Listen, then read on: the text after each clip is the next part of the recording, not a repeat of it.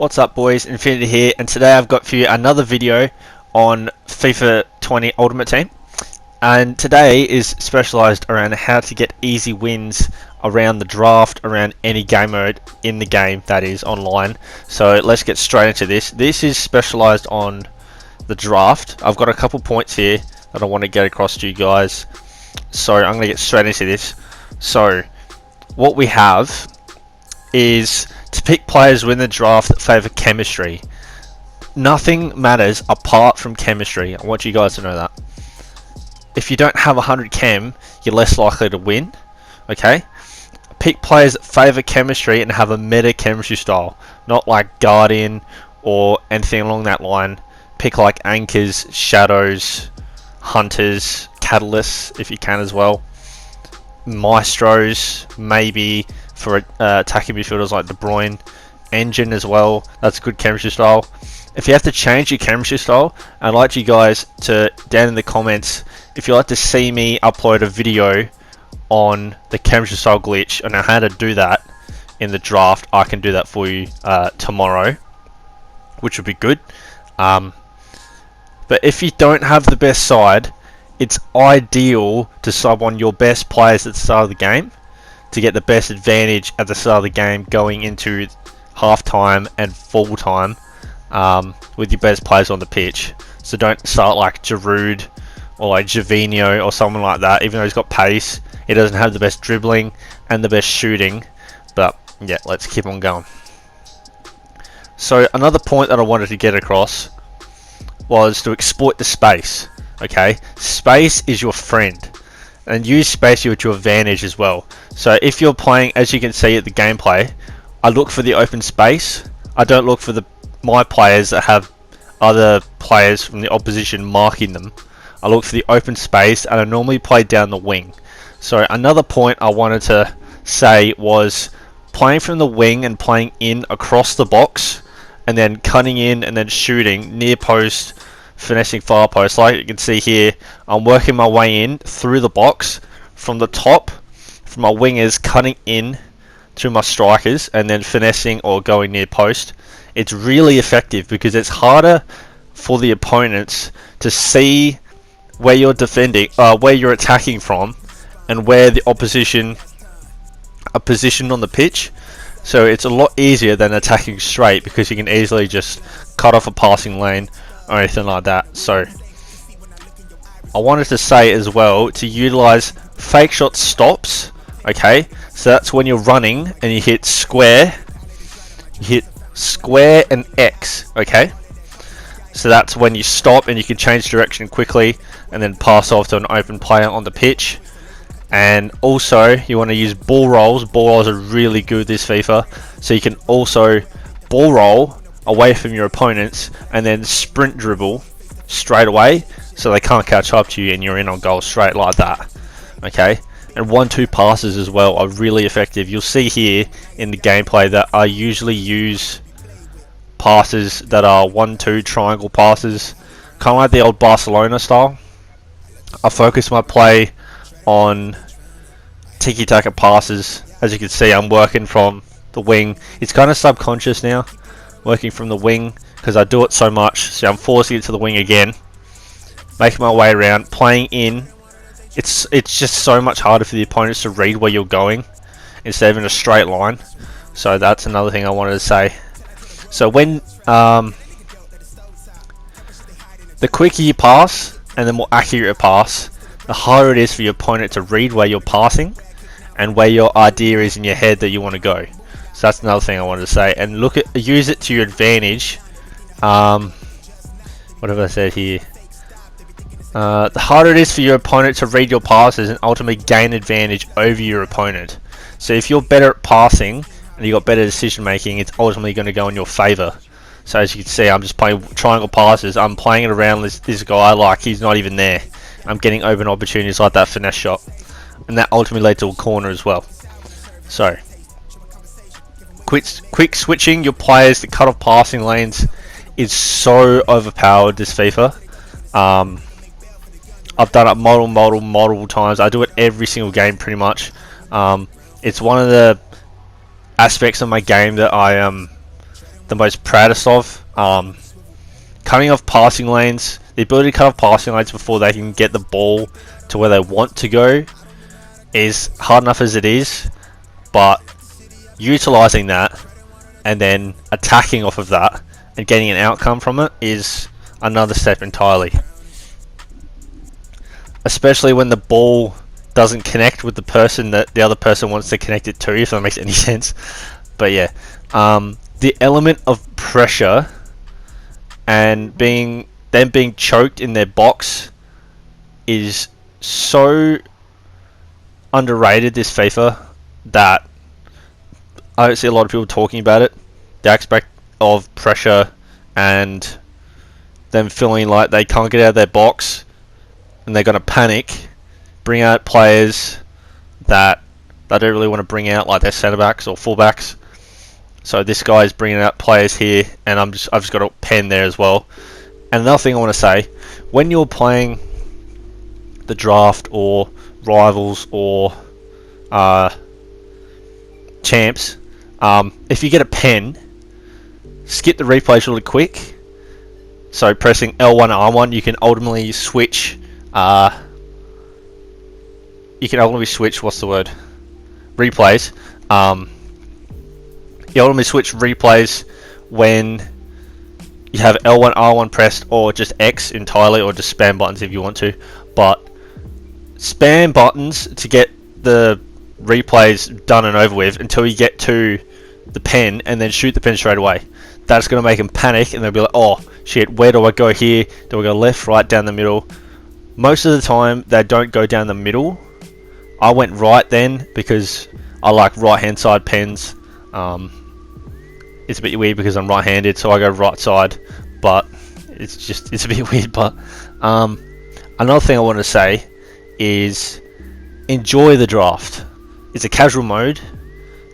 Use champs and rivals if you want to be competitive, because EA this FIFA has for some reason made rivals and champs the most overpowered, not overpowered, what am I trying to say, over competitive modes in FIFA that we've ever seen to this date.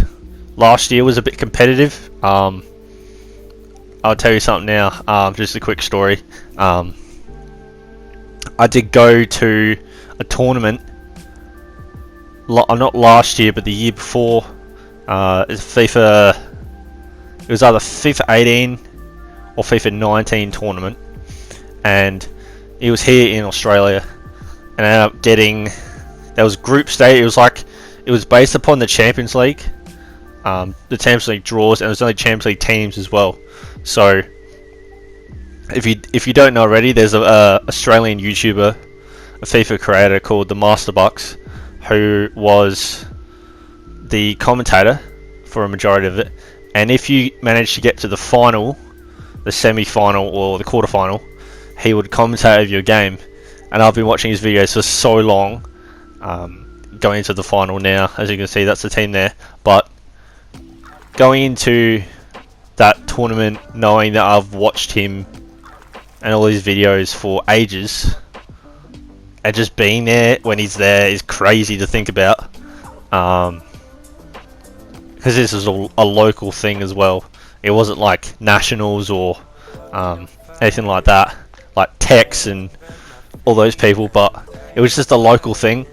And I got knocked out in it's funny, my friends take the piss out of me for it, but I got knocked out of the the group stages to this little fat kid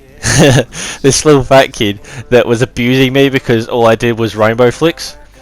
So I decided to not utilize rainbow flicks because I packed Team the Neymar that FIFA, and which was last year I believe, and I utilized Neymar so much with his rainbow flicks because they're so, like, using the fake shot stop and then changing direction and then hitting the ball over the head. They don't expect it at all. So that's what I used to do last year, and it worked really well in champs, and I got some high finishes with it, and him as well in my team. But ultimately, I wanted to say that have the mentality don't have the mentality of champs and rivals, draft is a completely different mode in itself. It's a casual mode where you go to enjoy and try new cards, but because you'll lose your head and composure if you go and say, oh, I need to win this game. Just go into the game like it's any other game, pretty much, and you'll be surprised by the results, honestly. Another thing I want to say is to listen to music. It's really underrated, I believe. Getting pumped up, listening to music, playing any sort of mode, whether it be chance, rivals, draft. Doesn't matter what music it is either. It could be rock, it could be hip hop, it could be anything. But chilled music as well. I usually use chilled music just to calm me down when I play draft. But another thing as well is to play a friend in a warm-up. It's not really said a lot to have a warm-up game before you go into a mode like this, but if you want to take the draft seriously and use it as a way of income to your account, I'd like suggest having a warm-up game with your friend in friendlies, so you can get the grasp of getting warmed up, playing passes you wouldn't normally make, sorry, and things like that. But yeah. And another thing, don't be afraid to be attacking. A lot of people this FIFA, they do one depth, drop back, counter attacking. It doesn't really work anymore. Or overload ball side, doesn't work anymore. They got patched. But don't be afraid to be attacking and know when to put your foot down when you need to. So when you win the ball back from defense, play it up straight away like I am here. When I win the ball back, I'm going straight at him, full throttle, going straight for his defensive line, and then I win a corner from it. And then I win opportunity ultimately. But yeah, that's what you want to focus on. Playing from the wing and across the box is harder to defend than straight attacks. I've already said that, but that's my number one tip on how to win games this year in FIFA the number one thing is to use a formation that you know you're good with. So I use the 4-2-3-1. It's the most overpowered formation in the game. A lot of pros use it as well. That and the 4-4-2 they use a lot, but the 4-2-3-1, the 4-1-2-1-2 narrow, the 4-2-2-2 and the 4-4-2 are all overpowered formations. You can also find your own. I recently saw that the Panthers released a video on, I think, the 5-2-1-2, the 5 at the back formation. Sorry, I use that a lot in the draft as well when I get it, just to try it out. I think I've had 3 drafts in a row with it, and it was actually surprisingly good because you can use the left wing back and the right wing back to gun down the pitch when you need them, and you can set your custom tactics as well. That's another thing, is set your custom tactics. A lot of people don't do it because it's a casual mode, so they just don't put on custom tactics, but it's so underrated to have your custom tactics in the draft because a lot of people don't use it, and if you have it and they don't, that's another advantage on your opponent. But yeah, so hopefully you guys enjoyed the video. I'm going to show the packs as well at the end of this as well, so if you want to see them, stick around. But that'll be the end of the video for today. I'll be coming out with another upload tomorrow.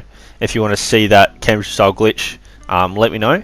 But if you want to become a part of the Infinite Sweat Squad here on my channel, it's a little group that I made. I thought it sounded alright because it's a play on words for my name. But yeah, if you want to become a part of that, be sure to support the channel down below. Like and subscribe, and peace.